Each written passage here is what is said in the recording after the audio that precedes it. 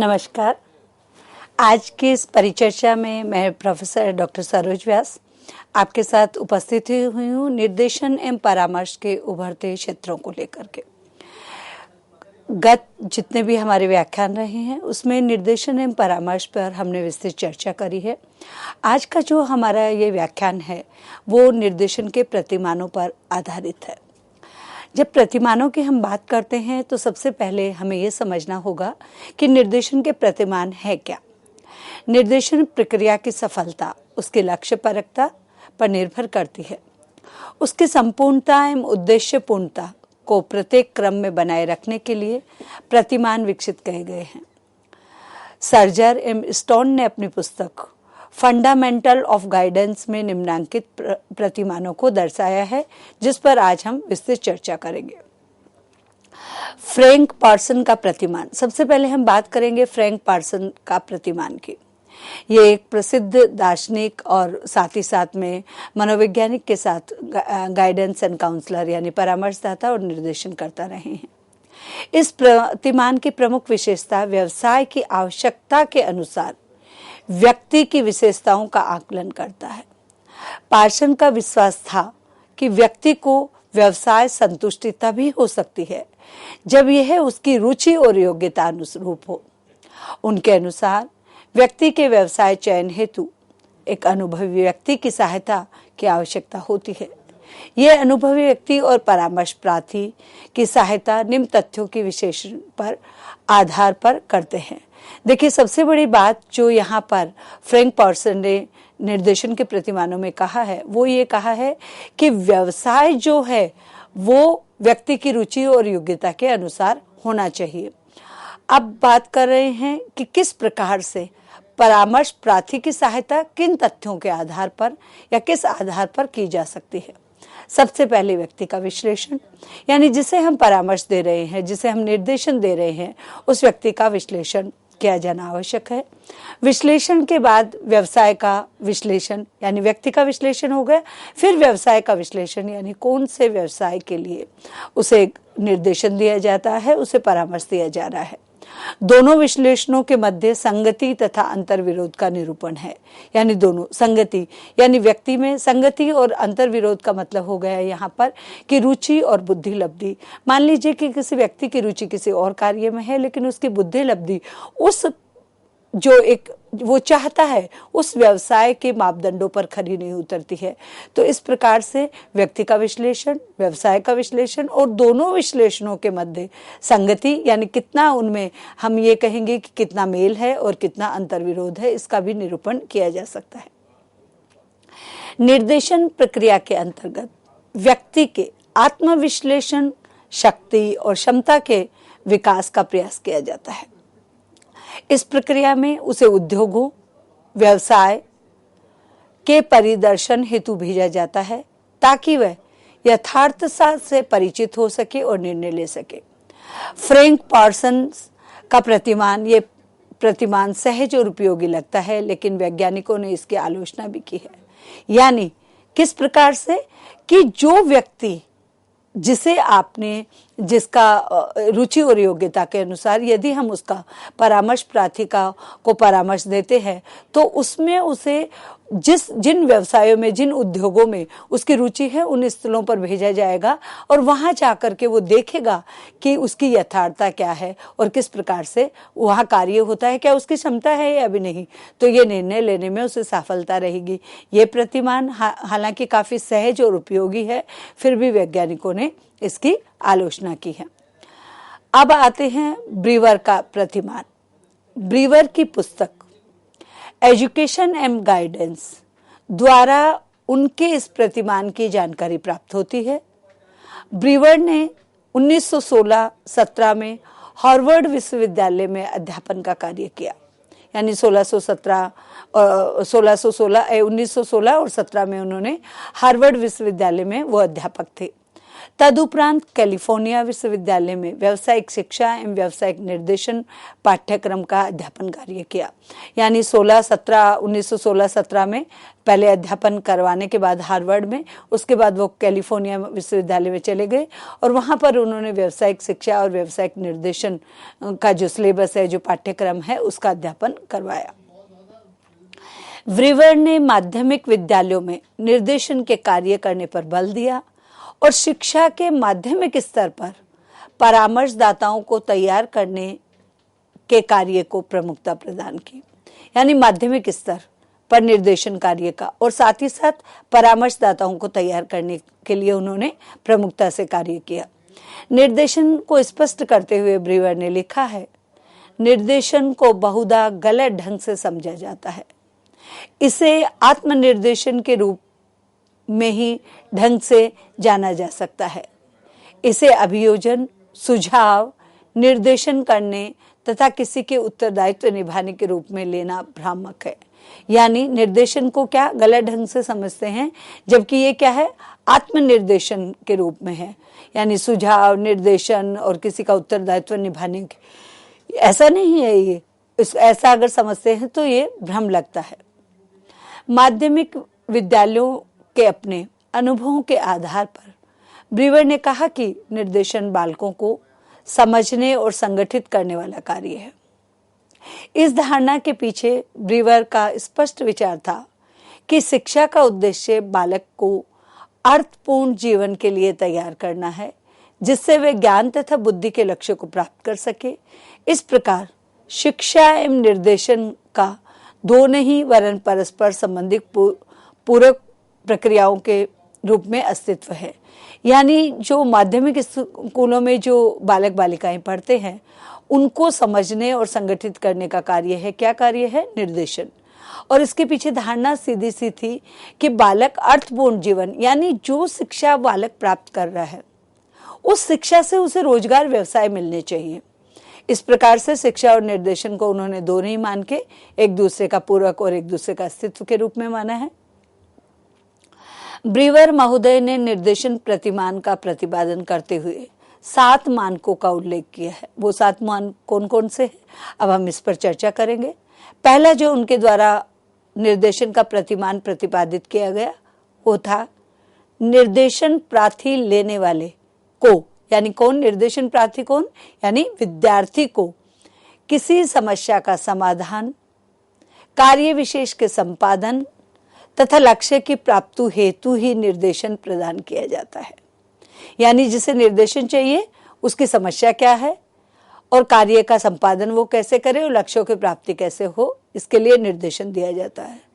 दूसरा, निर्देशित होने वाले विद्यार्थी प्रार्थी के द्वारा उत्साह प्रदर्शन और निर्देशन की मांग को स्वीकार करना आवश्यक है। ऐसा नहीं है कि आपने किसी को भी निर्देशन दे दिया। कई बार होता है कि हम अपने अनुजों को, हम अपने साथियों को, हम अपने परिजनों को अपने जीवन के अनुभव और अपनी आयु और अनुभव के आधार पर हम उनको कुछ सुझाव देते रहते हैं, कुछ सलाह देते रहते हैं, लेकिन वो क्या करते हैं, जो कहावत भी है कि एक कान से सुनते हैं दूसरे से निकाल देते। इसलिए निर्देशित होने वाले विद्यार्थी के द्वारा उत्साह प्रदर्शन और निर्देशन की मांग को स्वीकार करना आवश्यक है। यानी मांगा जाए तभी निर्देशन दिया जाए। निर्देशन अथवा परामर्शदाता का प्रार्थी के साथ व्यवहार मित्रतापूर्ण, सहानुभूतिपूर्ण एवं बुद्धिपूर्ण होना चाहिए। यानी निर्देशन और परामर्शकर्ता का प्रार्थी कौन, जिसे चाहिए, उसके साथ व्यवहार कैसा होना चाहिए? विनम्रतापूर्वक, सहानुभूतिपूर्ण और बुद्धिपूर्ण होना चाहिए। क्योंकि जब हम किसी व्यक्ति पे विश्वास रखते हैं और जब हमें लगता है कि कोई व्यक्ति हमें समझ रहा है, कोई व्यक्ति हमें हमारा है, तभी हम उसकी बात मानते हैं। और फिर चौथा पॉइंट है, निर्देशन कर्ता का अनुभवी, ज्ञानी और बुद्धिमान होना आवश्यक है। नेक्स्ट, निर्देशन की पद्धतियां नवीन अनुभवों तथा ज्ञान प्राप्ति के अवसर सुलभ कराती है। और उसके बाद ब्रीवर कहते हैं कि निर्देशन प्राप्त करने वाले व्यक्ति की निर्देशन में सहमति, निर्देशन का स्वेच्छा अनुसार उपयोग एवं स्वयं निर्णय लेने की स्वतंत्रता होनी आवश्यक है। और निर्देशन का समग्र लक्ष्य ये होता है कि व्यक्ति कालांतर में आत्मनिर्देशन की प्रक्रिया को प्राप्त किया जाए। तो अगर हम कहें कि ब्रीवर महोदय ने निर्देशन प्रतिमान का प्रतिपादन करते हुए जो 7 मानकों का उल्लेख किया, उनका मुख्य उल्लेख यही था कि निर्देशन प्रार्थी का परामर्शदाता में, निर्देशन दाता में विश्वास होना चाहिए। विश्वास के आधार पर ही कुछ भी किया जा सकता है। और अब आगे चर्चा में हम बात करेंगे ब्रीवर के प्रतिमान से 2 धारणाएं स्पष्ट होती है इस पर। क्या धारणा स्पष्ट होती है ब्रीवर के प्रतिमान से? पहली, शिक्षा एवं निर्देशन में घनिष्ठ संबंध होता है, यानी एजुकेशन और गाइडेंस दोनों जो है वो उनमें बहुत क्लोज रिलेशन होता है। और दूसरा, आत्मनिर्देशन जिसे निर्देशन के पर्याय के रूप में स्वीकारा गया है। और दूसरा क्या है, कौन सी धारणा है कि यह आत्मनिर्देशन है। क्या निर्देशन क्या है? आत्मनिर्देशन है जिसे पर्याय के रूप में स्वीकार कर लिया गया है। अब हमने बात करी सबसे पहले जब हम निर्देशन के प्रतिमानों की बात कर रहे थे, तो निर्देशन के प्रतिमानों में हमने चर्चा करी थी फ्रैंक पार्सन की और उसके बाद ब्रीवर की। अब ब्रीवर की चर्चा के बाद में हम आगे बढ़ते हैं और अब हम ये जानने का, ये समझने का प्रयास करेंगे कि निर्देशन के प्रतिमानों के बारे में विलियम एम प्रॉक्टर का क्या कहना है। विलियम एम प्रॉक्टर के अनुसार निर्देशन मुख्य रूप से समायोजन में सहायक होता है। समायोजन वास्तव में परामर्शदाता द्वारा ही दी जाने वाली सहायता है, यानी परामर्श। और परामर्श के साथ में क्या होता है, आपको परामर्श दिए जाते हैं, सुझाव दिए जाते हैं, जो कि व्यक्ति को अपने लक्ष्य के अनुरूप तथा वातावरण के संबंध में प्राप्त ज्ञान की एकीकृत करने में सफल होने पर दी जाती है। उन दोनों कार्यों को करते हुए निर्देशन का लक्ष्य होता है। प्रार्थी का उपयुक्त लक्ष्यों के निर्धारण में सहयोग प्रदान करना तथा प्रार्थी में भविष्य में अपेक्षित क्रियाओं को संपादित करने के लिए संतोष प्राप्ति की कुशलता विकसित करना। तो इस प्रकार से ये जो हमने कहा, ये इन्होंने 2 रूप से मुख्य धारणाएं विलियम एम प्रॉक्टर ने यहाँ पर दी है। अब बात आती है, आगे बढ़ते हैं, और विद्यालय क्रियाओं के साथ सामाजिक क्रियाओं में व्यक्तिगत सुख के लिए उपयुक्त उद्देश्यों के निर्धारण की दक्षता को विकसित किया जाना और प्रार्थी को निम्न क्षेत्रों से संबंधित उपयुक्त सूचना प्राप्ति की कुशलता विकसित करना। कौन कौन सी? विद्यालय एवं गैर विद्यालयी क्रियाकलापों में विद्यार्थी की सफलता एवं संतोष के मार्ग के उपाय, विद्यार्थी के व्यक्तिगत रुचि एवं क्षमताओं को पहचानने में उसकी सहायता करना, व्यक्ति का निर्धारण करने वाली वास्तविक क्षमताओं के विषय में सचेत रहना और व्यावसायिक प्रशिक्षण एवं रोजगार के अवसरों के रूप में जानकारी प्राप्त करना। विलियम एम प्रॉक्टर के प्रतिमान की विशेषता यह भी रही है कि ये मुख्य रूप से एक व्यक्ति एवं वातावरण के मध्य संतुलन एवं समायोजन पर ही केंद्रित है। इसका विशेष क्षेत्र संकुचित है। इसमें संकुचित है। इसमें निर्देशन को मुख्य रूप से केवल समस्या से मुक्ति का साधन माना गया है और इसके साथ ही इस बात पर भी बल दिया गया है कि निर्देशन का प्रमुख कार्य व्यक्ति को सुखी जीवन हेतु आवश्यक सुविधाएं भी प्रदान करना है। ये हमने बात करी, अभी आपने जो चर्चा सुनी वो विलियम एम प्रॉक्टर की। अब विलियम एम प्रॉक्टर की भांति ही जो विलियम वुड्स का प्रतिमान है वो क्या कहते हैं, हम उस पर चर्चा कर रहे हैं। विलियम वुड्स ने निर्देशन को नैदानिक प्रक्रिया के रूप में माना है। नैदानिक यानी जहां निदान किया जाता हो, नैदानिक प्रक्रिया के रूप में माना है। 1879 में इन्होंने जर्मनी में अपनी मनोवैज्ञानिक प्रयोगशाला की स्थापना की और यह प्रतिमान अपने समय में बहुत प्रसिद्ध हुआ।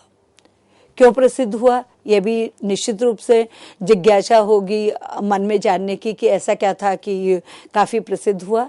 तात्कालिक निर्देशन पद्धतियों की प्रकृति अस्पष्ट थी।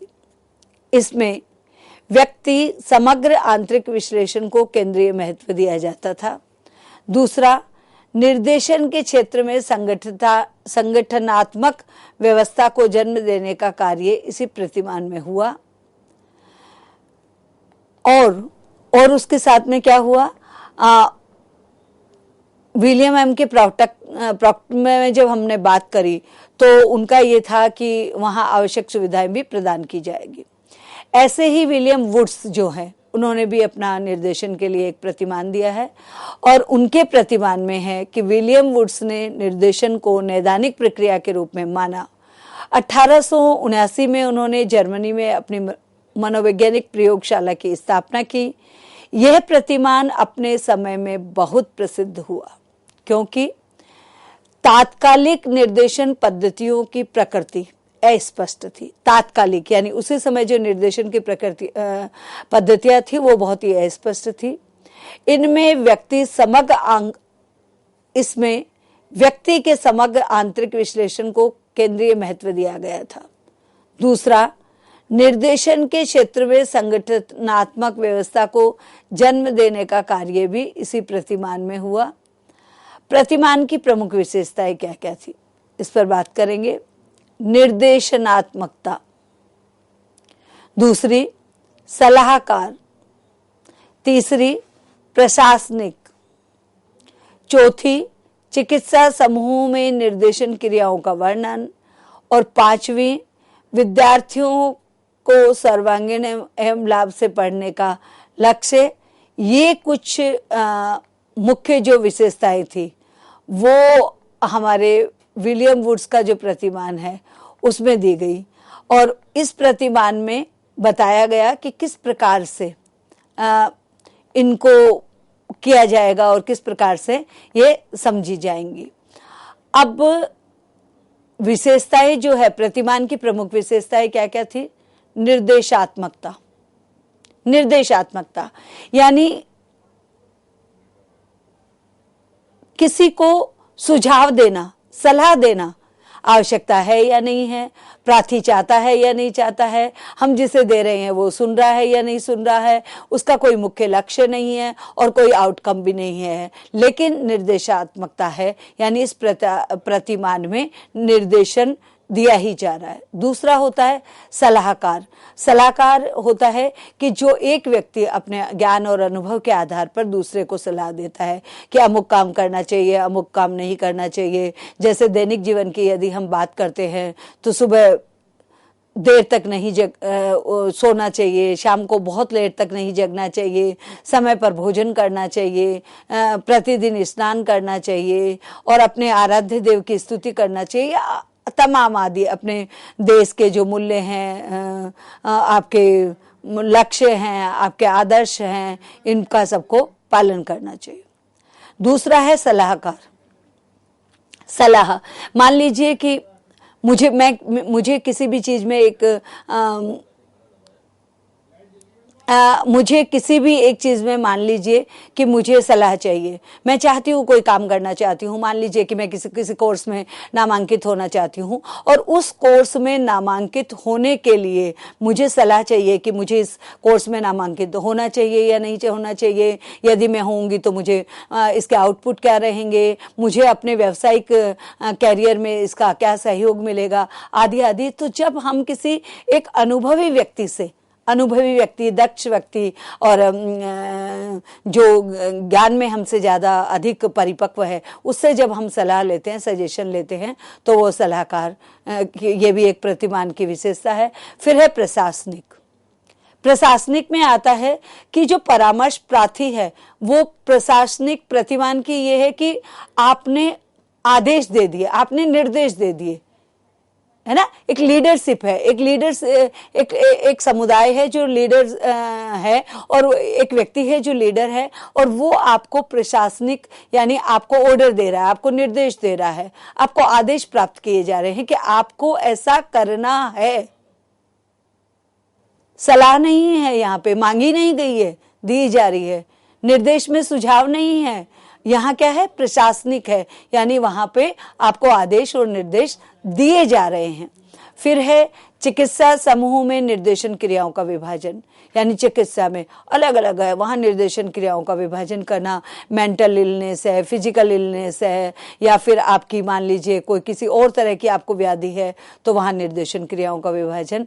फिर है विद्यार्थियों को सर्वांगीण लाभ पहुंचाने का लक्ष्य, यानी सबसे बड़ी बात होती है कि विद्यार्थियों का सर्वांगीण जब हम शिक्षा की बात करते हैं तो हम पहले ही कहते हैं कि शिक्षा में ये कहा जाता है कि सबसे पहले शिक्षा के अंदर व्यक्ति का, यानी किसी भी व्यक्ति के, शिक्षा की जब हम बात करते हैं तो हम कहते हैं कि शिक्षा व्यक्ति का सर्वांगीण विकास करता है, यानी उसकी शारीरिक, मानसिक, सामाजिक, आर्थिक, राजनीतिक, भौगोलिक,